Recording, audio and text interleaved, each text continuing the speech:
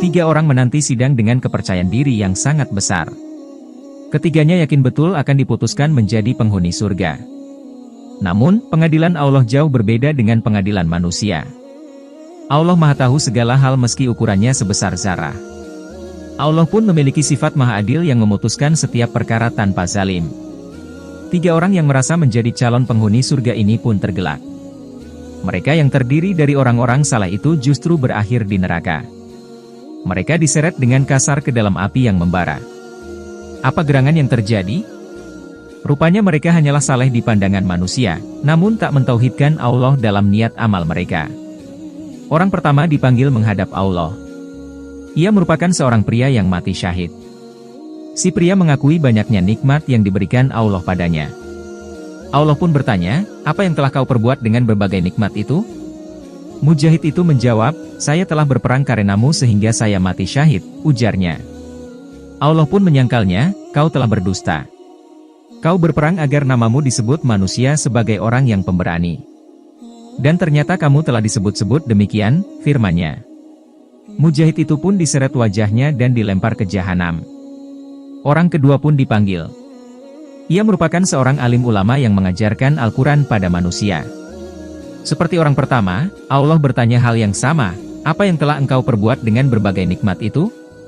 Sang ulama menjawab, saya telah membaca, mempelajari, dan mengajarkannya Al-Quran karena engkau, ujarnya.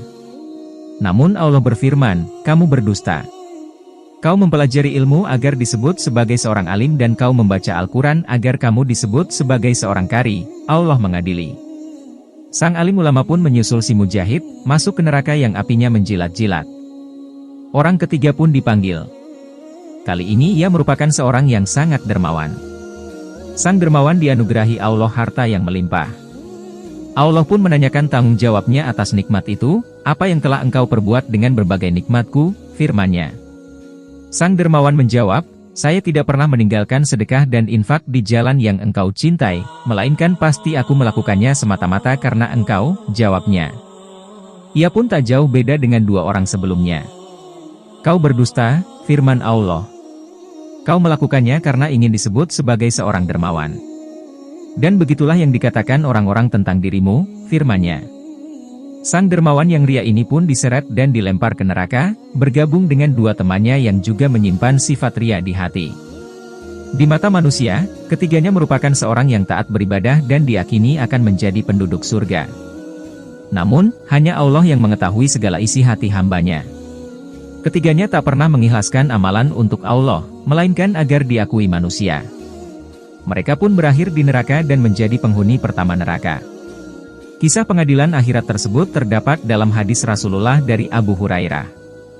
Hadis tersebut diriwayatkan oleh Imam Muslim, An-Nasai, Imam Ahmad, dan Baihaqi. Kisah yang sama dalam teks hadis yang berbeda juga diriwayatkan oleh Imam At-Tirmidzi, Ibnu Hibban, dan Al-Hakim.